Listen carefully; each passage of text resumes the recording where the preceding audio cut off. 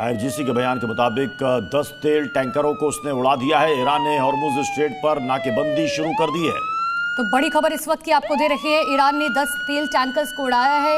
Hormuz strait पर अब नाकेबंदी शुरू कर दी है और अगर पूरी तरीके से ईरान सफल रहता है हॉर्मुज को बंद करने में तो इसमें पूरी दुनिया को नुकसान होगा।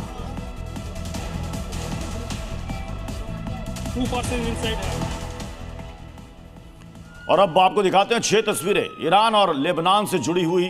ये 6 तस्वीरें आपके सामने हैं, कैसे वहां पर मिसाइलें गिर रही हैं।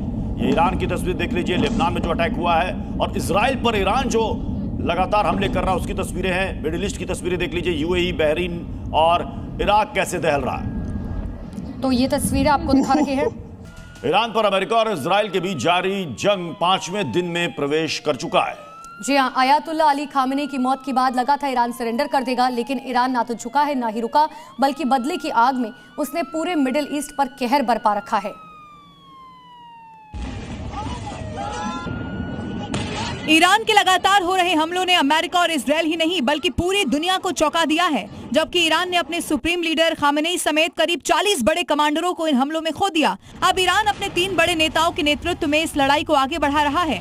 इस त्रिशक्ति में पहले नंबर पर है अयातुल्ला अली रेजा अराफी, गार्डियन काउंसिल के वरिष्ठ सदस्य, और धर्मगुरु अराफी को कई स्रोतों में अंतरिम सुप्रीम लीडर भी बताया जा रहा है।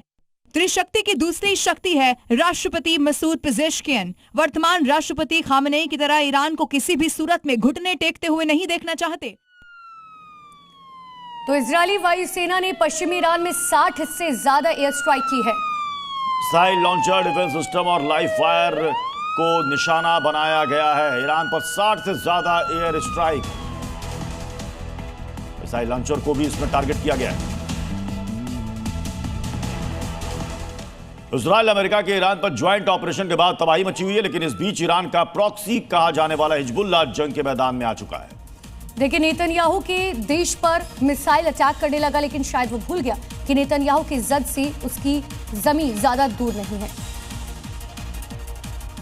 फिर क्या, हिजबुल्लाह ईरान के समर्थन में इजराइल पर मिसाइल दागने की जो हिमाकत कर बैठा, तो उसका जवाब आईडीएफ ने बारूदी बौछारों के साथ दिया। लेबनान के बेरूत से लेकर सिदोन और टायर तक वो मिसाइलें दागी जो हिजबुल्लाह की कब्र खोद रहा है।